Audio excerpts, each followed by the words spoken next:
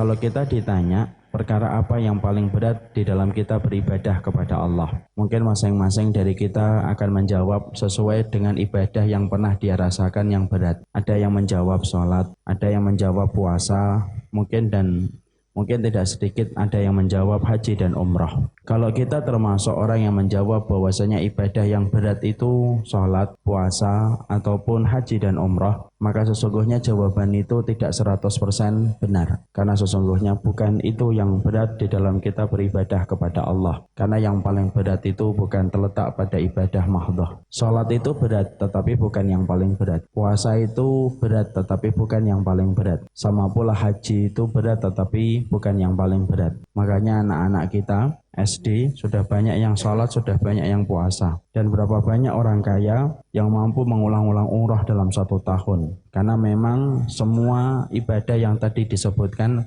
berat, tetapi bukan yang paling berat. Kalau sholat, puasa, haji dan umrah itu bukan yang paling berat, lalu apa yang paling berat di dalam kita beribadah kepada Allah? Maka para ulama menjelaskan, menjabarkan. Yang paling berat di dalam kita beribadah kepada Allah yaitu adalah bagaimana menjadikan ibadah kita dapat diterima oleh Allah, dicatat oleh malaikat raqib sebagai malaikat pencatat amal kebaikan, lalu diterima oleh Allah dan dimasukkan oleh Allah di dalam timbangan kebaikan kita kelak. Itulah yang paling berat dan itulah yang paling sulit. Karena Allah tidak menerima kecuali yang terbaik. Makanya kalau Bapak pernah membaca biografi Hasan Al-Basri, salah satu ulama tabi'in yang luar biasa yang hidup setelah masa para sahabat. Hasan Al-Basri itu dikisahkan, beliau itu kalau hari Kamis sore nampak di wajahnya itu sedih. Dan Hasan Al-Basri itu sering meneteskan air mata kalau pada hari Kamis sore. Murid-muridnya memberanikan diri untuk nanya, kenapa kami setiap menjumpai engkau pada hari Kamis sore, sering kami menjumpai engkau dalam kondisi bersedih, dalam kondisi nampak ada beban yang berat ketika pada hari Kamis sore. Ternyata jawaban Hasan Al-Basri tidak pernah kita duga. Beliau lalu menjawab apa yang disampaikan murid-muridnya. Beliau mengatakan, sesungguhnya amal setiap anak manusia itu dilaporkan kepada Allah pada hari Senin dan Kamis. Dan saya khawatir Kamis sore ini malaikat sedang melaporkan amal setiap manusia kepada Allah dan membawa buku amalan saya selama 1 pekan untuk dilaporkan kepada Allah. Dan saya khawatir jangan-jangan para malaikat itu berkata kepada Allah, tidak ada yang diterima dari amalannya Hasan Al-Basri sehingga tidak ada yang dilaporkan.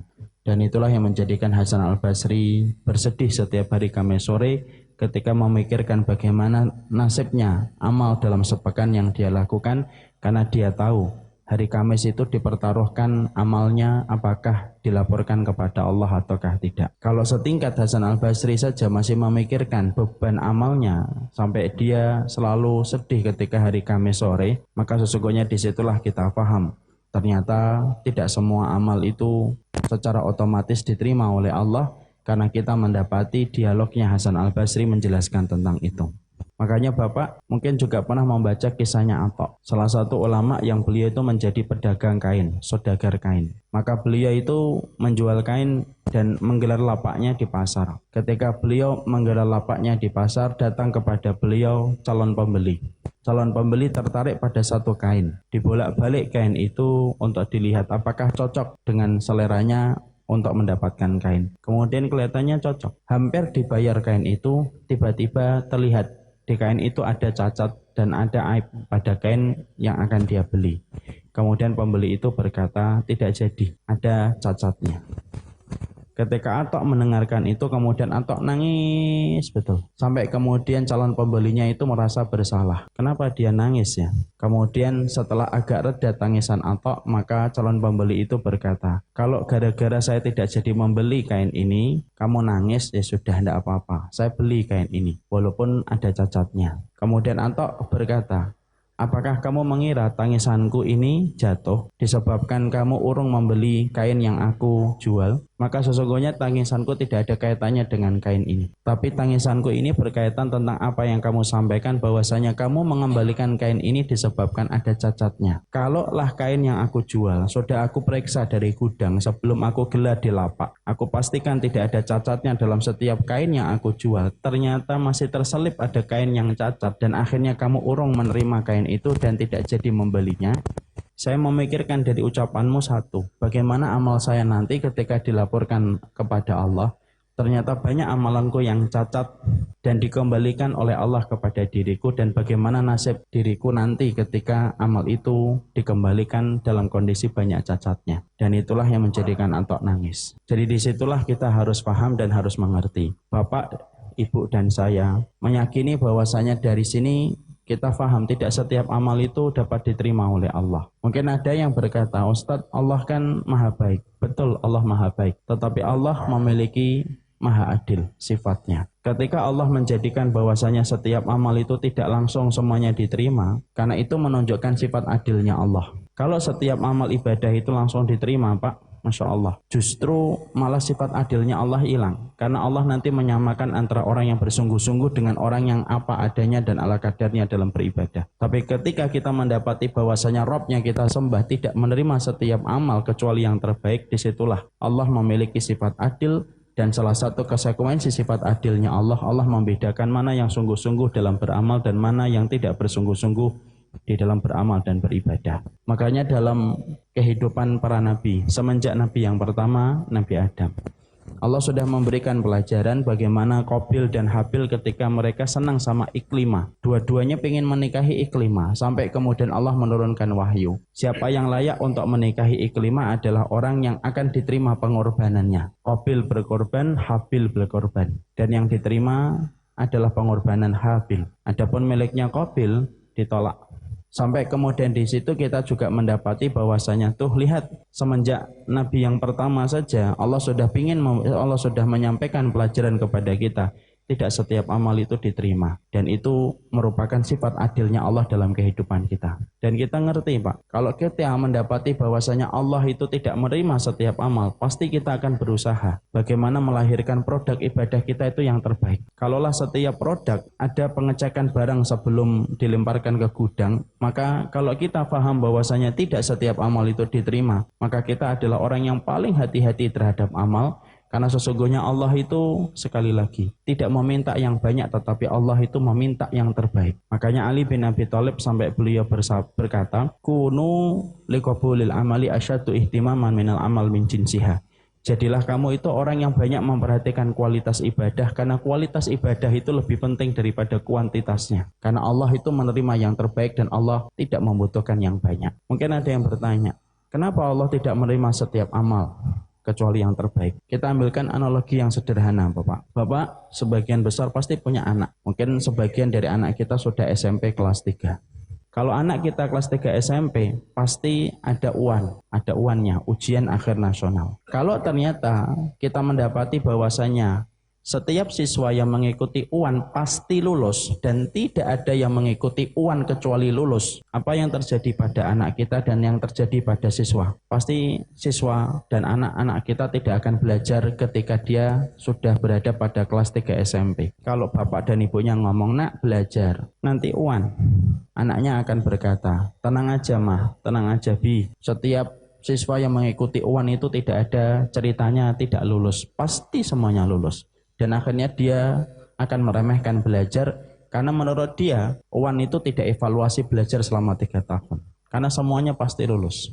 Tapi beda, Pak, kalau UAN kita dapatkan sebagaimana kita dapatkan hari ini. Ternyata UAN itu seleksinya ketat dan itu evaluasi belajar selama 3 tahun. Dan ternyata tidak semua siswa yang mengikuti UAN itu lulus. Dan dia mendapati fakta bahwasanya ada kakak kelasnya ranking 1 tapi belum tentu lulus UAN. Dia mendapati fakta ada temannya kakak kelasnya mendapat ranking 3 tetapi tidak lulus. Kalau dia mendapati banyak yang tidak lulus walaupun pintar ketika mengikuti UAN, apa yang terjadi? Anak kita pasti akan banyak belajar. Yang biasanya tidak minta kursus, entah minta kursus. Yang biasanya dia tidak pernah minta untuk ditambahi dengan pelajaran tambahan, minta pelajaran tambahan. Yang biasanya jam 10 tidur, tidurnya jam 12. Kenapa? Karena dia tahu bahwasanya UAN itu tidak semuanya meluluskan siswa. Di situ kita mendapati, itulah analogi sederhana. Kenapa Allah tidak menerima setiap amal ibadah? Karena sesungguhnya di situ mengajarkan kepada kita, berikan yang terbaik. Karena Allah itu hanya menerima yang terbaik yang tidak ada cacatnya dari kehidupan manusia. Mungkin ada yang berkata, mana dalilnya Ustadz bahwasanya tidak setiap amal itu diterima oleh Allah? Naam, saya akan datangkan dalilnya. Dalilnya sebelum saya menerangkan dalil naklinya dari Al-Quran ataupun hadis, saya akan sampaikan dulu dalil aklinya. Dalil aklinya itu lewat penalaran akal untuk kita pahami. Setelah itu nanti kita akan sampaikan dalil secara nakal yang kita ambil dari Al-Quran dan hadis. Dalil aklinya itu secara penalaran adalah, tentunya kita paham Pak, orang yang nanam padi, belum tentu orang yang nanam padi itu panen dengan apa yang dia tanam. Berapa banyak petani setiap pagi nanam, membajak sawah, tapi ternyata setelah melewati 3 bulan, Masya Allah, gagal panen Pak, dengan berbagai macam sebab. Entah karena banjir, entah karena hujan yang sangat kencang, entah karena hama, dan akhirnya dia gagal panen. Berapa banyak petani yang mereka gagal panen dan urung memberikan hadiah kepada keluarganya yang telah dijanjikan gara-gara dia tidak jadi panen. Berapa banyak pebisnis, dia merintis bisnisnya tetapi jatuh bangun di dalam bisnisnya dan tidak urung. Dan akhirnya orang mendapatkan sukses di dalam bisnisnya. Jatuh bangun, dia merintis bisnis tetapi selalu gagal. Ya, banyak yang kemudian semacam itu. Saya dulu aja bisnis Pak, besi, tapi bangkrut. Ya, curhat Ustadz, ya sedikit lah curhat. Ternyata kemudian kita mendapati bahwasanya tidak semua orang yang bisnis itu sukses di dalam bisnisnya. Kita mendapati pula bawahan itu ketika memberikan laporan kepada atasan, belum tentu atasannya menerima. Berapa banyak bawahan stres Pak, berada pada tekanan yang kuat ketika atasannya itu perfeksionis dan tidak pernah menerima laporan dari bawahan kecuali yang terbaik. Kalaulah saya dan Bapak secara akal memahami nalar bahwasanya setiap orang yang menanam padi belum tentu sukses, setiap pebisnis belum tentu sukses, dan setiap bawahan ketika memberikan laporan kepada atasan itu belum tentu sukses, itu nalar yang memudahkan kita untuk membuka akal pikiran kita. Disitulah kita bisa mengkiaskan. Sama, amal itu tidak semuanya langsung diterima oleh Allah, dan tidak otomatis setiap apa yang dilakukan manusia itu diterima oleh Allah. Karena kalau kita termasuk orang yang langsung berpikir bahwasanya setiap amal kita diterima oleh Allah, kata Imam Ibnu Qayyim, beliau berkata, salah satu bisikan setan kepada manusia untuk terjerumus kepada kerusakan, setan itu kalau menggoda kita bukan hanya dengan zina, bukan hanya menggoda kita dengan minum khamr dan judi, tapi salah satu godaan setan kepada hati manusia itu apa? Hati manusia itu dikondisikan supaya dia merasa setiap amalnya itu langsung diterima oleh Allah, sehingga dia tidak pernah khawatir terhadap amalnya. Ketika perasaan itu muncul, maka dia tidak bersungguh-sungguh dalam ibadah berikutnya, dan dia tidak pernah menambah dan menambah ibadah karena merasa tabungan amalnya sudah terlalu cukup dari apa yang sudah dia kerjakan. Makanya ini merupakan dalil akli bahwasanya tidak setiap amal itu dapat diterima oleh Allah. Makanya maaf ya, jangan sombong. Saya menasihati diri saya, jangan sombong terhadap ibadah. Baru hijrah dikit, baru tobat dikit, sudah sombong dengan ibadah. Makanya Imam Ibnu Qayyim itu sampai berkata, tidak ada kesombongan yang paling tercela kecuali kesombongan terhadap ibadah. Orang kalau sombong Pak, dengan hartanya, mending walaupun itu tercela. Karena apa? Setidaknya harta yang dia sombongkan itu diterima. Setidaknya mobilnya yang harganya 3 miliar kelihatan. Rumahnya yang harganya 2 miliar kelihatan. Orang nggak sombong dengan hartanya itu masih mending. Walaupun tercela, tetapi mending. Karena apa yang dia sombongkan itu kelihatan dan betul-betul dia raih. Imam Ibnu Qayyim lalu nerangkan, loh yang paling lucu, yang paling mengerikan dan yang paling naas itu adalah orang yang sombong terhadap ibadah. Karena yang dia sombongkan saja belum tentu diterima oleh Allah dan belum tentu menjadi catatan kebaikan yang dikumpulkan oleh Allah dalam buku kebaikan amal dia. Apa yang dia sombongkan? Makanya kalau ada orang baru hijrah dikit gitu, baru meninggalkan, misalnya baru meninggalkan ulang tahun, baru meninggalkan kemudian kebiasaan yang kurang benar, kemudian sombong, seakan-akan orang lain itu tidak ada masuk surga kecuali dirinya. Seakan-akan orang tidak ada yang benar kecuali dirinya. Saya berpikir, loh yang disombongkan dia ketika jalan sampai tidak mau senyum sama orang gitu. Loh yang disombongkan apa? Jaminan dia untuk menjadikan amalnya diterima aja belum ada sama sekali kok. Karena tidak ada jaminan mutu dan tidak ada garansi bahwasanya setiap amal itu pasti diterima oleh Allah. Tidak ada itu. Kecuali sampai kita memberikan yang terbaik. Setelah kita memahami ini, dalil aklinya, nah kita belajar. Dalil naklinya, mana dalilnya Ustadz bahwasanya tidak setiap amal ibadah itu langsung diterima oleh Allah. Kita akan sebutkan 3 dalil di dalam Al-Quran dan 3 dalil di dalam hadis. Karena kita paham omongan tanpa dalil itu tidak perlu kita dengarkan.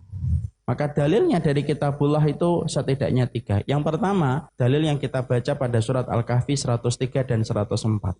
Pada dua ayat itu 103 dan 104 pada surat Al-Kahfi Allah berfirman, "Qul hal nunabbi'ukum bil akhsarina a'mala alladziina dhalla sa'yuhum fil hayatid dunya wa hum yahsabuna annahum yuhsinuna sun'a." Allah itu menyampaikan kepada Nabi dalam dua ayat itu, "Qul," katakan wahai Muhammad, kamu mau tahu enggak siapa orang yang paling merugi amalnya itu, nyesel dengan amalnya itu? Kata Allah. Allah kemudian melanjutkan pada 104 itu, alladzina dhalla sa'yuhum fil hayatid dunya.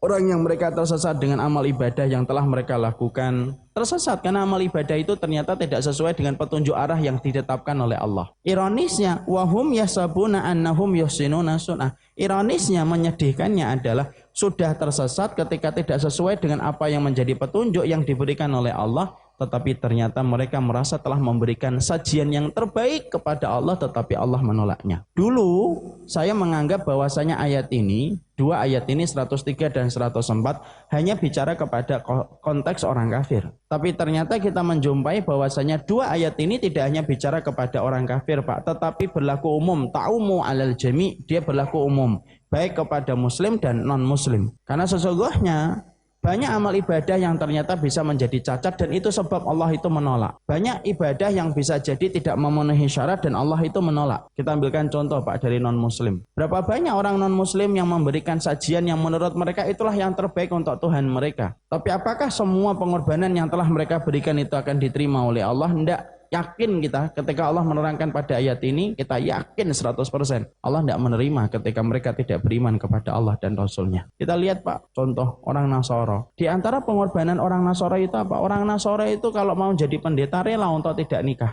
Tidak nikah dia. Dan mereka merasa ketika tidak menikah itulah pengorbanan ketika mereka memberikan yang terbaik kepada Rabb mereka, Tuhan mereka.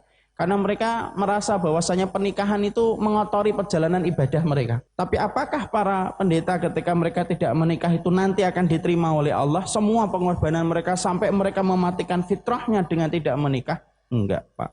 Wallahi tidak akan Allah terima. Dan Allah menyampaikan itu. Karena banyak sebab yang bisa menjadikan barang ibadah yang kita lakukan itu cacat. Salah satunya cacatnya barang ibadah yang kita miliki apa? Syirik. Makanya kita menjumpai pula dengan apa yang terjadi pada Abu Thalib. Abu Thalib itu apa sih, Pak, kurang baiknya, Pak? Ketika Nabi diembargo, dia ikut diembargo. Ketika Nabi lapar, dia ikut lapar. Ketika Nabi diancam, dia menjadi perisai hidupnya bagi Nabi Muhammad SAW. Sampai-sampai orang Quraisy di kota Mekah, kenapa pada saat itu tidak bisa membunuh Rasulullah Muhammad?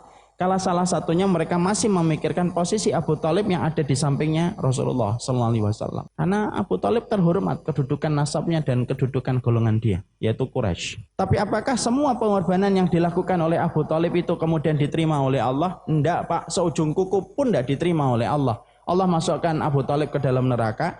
Diringankan nerakanya itu pun karena syafaat yang diberikan oleh Rasulullah SAW. Kenapa Allah menolak dan tidak sama sekali menerima seujung kuku pun dari amalan yang dilakukan Abu Thalib? Satu, cacatnya parah ketika dia membawa amalan itu dalam kondisi syirik. Di situ kita paham, tidak setiap amal itu diterima oleh Allah. Dalilnya jelas. Dalil yang kedua, untuk menjelaskan dari keumuman dalil yang pertama, Allah menyampaikan dalam surat Al-Furqan ayat yang ke-23 dan 24. Wa qadimna ila ma amilu min amalin faja'alnahu haba'an mansura. Berapa banyak orang yang beramal kemudian dijadikan oleh Allah kelak pada waktu hari kiamat itu seluruh amal yang mereka lakukan itu haba. Haba itu debu yang kering, mansura berterbangan tidak tersisa. Allah mengumpamakan amalan yang tidak diterima itu bagaikan debu kering, Pak. Karena tidak semua debu gampang diterbangkan oleh angin. Debu apa yang gampang diterbangkan angin? Debu yang kering. Berapa banyak orang yang mereka itu ketika dijadikan nanti di hadapan Allah, banyak perkara dan banyak sebab yang menjadikan amalan itu tidak diterima oleh Allah. Mungkin dia ahli ibadah tapi cacat di dalam akhlak, amal ibadahnya tidak diterima oleh Allah. Karena memang Allah itu selektif betul ketika menerima amal ibadah, Pak. Saya ambilkan contoh yang sederhana saja. Kita ini kalau semakin tinggi status kita, biasanya kita ini kalau milih barang itu juga semakin yang paling berkualitas. Contoh ya, dulu misalkan saya, ketika belum punya mobil, mungkin kemudian masih kuliah saat itu, ketika ingin punya mobil, ketika saya tidak punya uang, kira-kira saya akan memilih mobil dan memilih merek? Enggak. Kalau dulu saya belum punya apa-apa, Yang bayangan saya itu sudah punya mobil itu alhamdulillah. Mau mobil apa saja. Mau Carry, mau Colt, mau Isuzu. Tidak apa-apa. Yang penting kalau panas tidak kehujanan. Kalau hujan tidak kepanasan. Penting itu saja. Kenapa saya tidak mau milih-milih mobil yang akan saya tumpangin? Loh, karena saya tidak punya apa-apa. Coba kalau misalkan hari ini Bapak statusnya itu gajinya sudah 400-500 juta. Contoh sekalian yang tinggi sekalian. 500 juta misalkan. Pasti banyak yang mengaminkan tapi malu-malu. Amin. Kemudian dia gajinya 500 juta Pak. Apakah dia ketika memilih barang, khususnya mobil, akan sembarangan sebagaimana dulu dia memilih mobil itu ketika belum punya uang? Beda Pak, sekarang akan dipilih mana yang paling nyaman, mana yang kemudian goncangannya tidak terasa, mana yang kemudian tarikannya enak, mana yang giginya empuk, mana yang tongkrongannya empuk. Kenapa dia memilih itu? Padahal dulu ketika nggak punya uang, dia nggak pernah memilih sampai sedetail itu. Karena semakin tinggi statusnya Bapak, semakin Bapak selektif ketika memilih barang. Itu analogi Pak. Dan tidak ada zat yang paling sempurna, paling baik, dan paling terkumpul semua kesempurnaan kecuali Allah. Makanya Allah itu memilih yang terbaik. Makanya yang kedua, dalilnya adalah waqadimna ila ma amilu min amalin faja'alnahu haba'an mansura. Dalil yang ketiga yaitu dalam surat Al-Ghasyiyah. Ayat yang ketiga dan ayat yang keempat, surat ke-88. Allah menyampaikan pada surat Al-Ghasyiyah itu, amilatun nasibah tasla naron hamiyah. Amilah itu merupakan kata kerja dari orang yang beramal Pak, beraktivitas. Nasibah, Bapak tahu nasibah itu pegel Pak, nasibah itu pegel gitu, sampai kemudian boyoknya itu pegel, semua itu namanya nasibah, sampai keringetan itu namanya nasibah.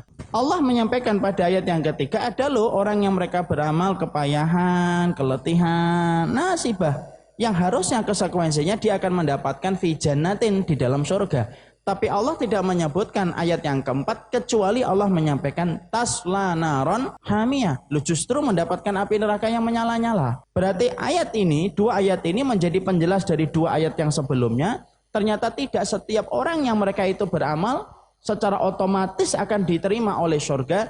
Bahkan tidak sedikit orang yang mereka beramal dan kepayahan dan keletihan, tetapi justru mereka mendapatkan api neraka yang menyala-nyala. Makanya ketika membaca dua ayat ini saya teringat kepada satu riwayat yang datang dari Umar bin Khattab. Umar bin Khattab itu Pak ketika banyak menang pasukannya dan banyak wilayah yang dulu dikuasai sama Romawi akhirnya dikuasai sama Islam. Maka kemudian beliau pernah berdiri di depan gereja. Dilihatin orang itu lalu lalang di gereja itu. Ada yang bawa air, ada yang bawa palang dan lain sebagainya. Kemudian Umar bin Khattab nangis. Kemudian ditanya, "Ma yubki kaya Umar? Lo yang membuatmu nangis apa sih Umar?" Kemudian Umar bin Khattab nunjuk ke gereja itu sembari beliau berkata, amilatun nasibah tasla naron hamiyah. Berapa banyak orang yang beramal kepayahan dan keletihan tetapi tidak mendapatkan apapun dari apa yang dia usahakan. Itu 3 dalil dalam Quran. Allah menyampaikan, menegaskan, tidak semua yang kita lakukan otomatis diterima sampai kita memberikan yang terbaik sesuai dengan syarat yang ditetapkan oleh Allah. Setelah 3 dalil yang kita ambil dalam kitabullah, kita ambil 3 dalil dalam hadis. Mana dalilnya bahwasanya menunjukkan yang disampaikan Rasulullah bahwasanya tidak setiap amal itu diterima oleh Allah. Hadisnya yaitu adalah ketika kita membaca yang pertama hadis riwayat Bukhari. Bapak kan pernah mendengarkan ada sebuah hadis Rasulullah ketika Nabi mengatakan ada loh di antara kalian yang sholat 60 tahun sholat tetapi tidak ada satupun sholat yang dia lakukan diterima oleh Allah. Sujudnya benar, rukuknya tidak benar, rukuknya benar, sujudnya tidak benar, rukuk dan sujudnya benar, toharohnya tidak benar. Dan Nabi mengatakan 60 tahun sholat. 60 tahun salat, tapi kemudian tidak diterima oleh Allah. Makanya kita sampai membaca dalam surat Al-Ma'un, fawailul lil musallin. Berapa banyak orang yang terlaknat disebabkan karena salatnya. Salah satunya apa? Mengakhirkan salatnya, riya di dalam salatnya, tidak sempurna dalam setiap tumakninah dalam salatnya. Dan itu dalil yang pertama.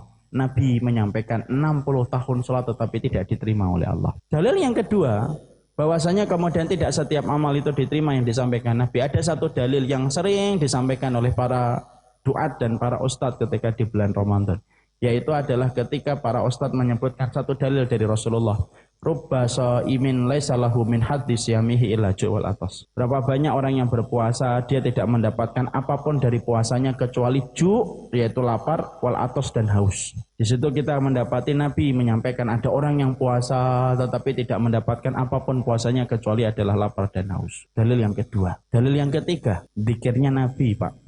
Kita kan tahu Rasulullah itu tidak pernah meninggalkan zikir. Dan zikir itu sebenarnya adalah bahasa hajatnya Nabi kepada Allah itu dalam bentuk doa dan zikir. Ada satu zikir yang dilazimi Nabi kalau habis sholat subuh kayak kita gini. Apa zikir yang dilazimi Nabi kalau habis sholat subuh yang tidak pernah ditinggalkan Nabi? Bapak hafal, doanya adalah Allahumma inni as'aluka ilman nafi'an wa rizqan thayyiban wa amalan mutaqabbalan.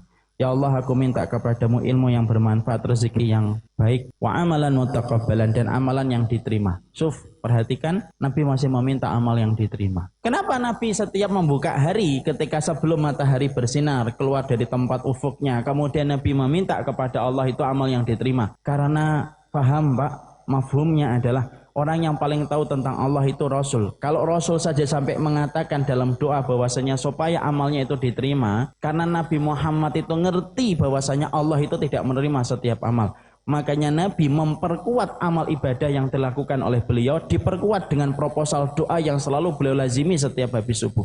Itu Nabi, Pak, sampai berhajat amalnya diterima. Loh, kalau Nabi masih berhajat amalnya diterima, apalagi kita. Makanya kita menjumpai apa yang didoakan oleh Nabi Ibrahim. Bapak kan tahu ya, di antara Nabi yang paling banyak doanya disebutkan di dalam Al-Quran itu doanya Nabi Ibrahim. Ada sekitar beberapa doa itu, 6 atau 7 doa yang diabadikan oleh Allah di dalam Al-Quran. Bapak tahu salah satu doa yang diabadikan oleh Allah dari doanya Nabi Ibrahim ketika habis membangun Ka'bah susah payah itu, apakah kemudian Nabi Ibrahim pede bahwasanya Ka'bah yang dia bangun itu telah diterima oleh Allah? Tidak. Nabi Ibrahim ketika habis membangun Ka'bah kemudian Nabi Ibrahim berkata, Rabbana taqabbal minna innaka antas samiul alim. Ya Allah, terima ya Allah, ini loh yang kami bangun. Sesungguhnya Engkau adalah Maha mendengar lagi Maha mengetahui. Nabi Ibrahim, Pak. Tidak ada yang tahu tentang Allah kecuali Rasulullah dan salah satunya Nabi Ibrahim. Dan ternyata mereka kemudian meminta terus kepada Allah supaya amalnya diterima karena mereka tahu betul Allah itu tidak menerima setiap amal yang dilakukan manusia.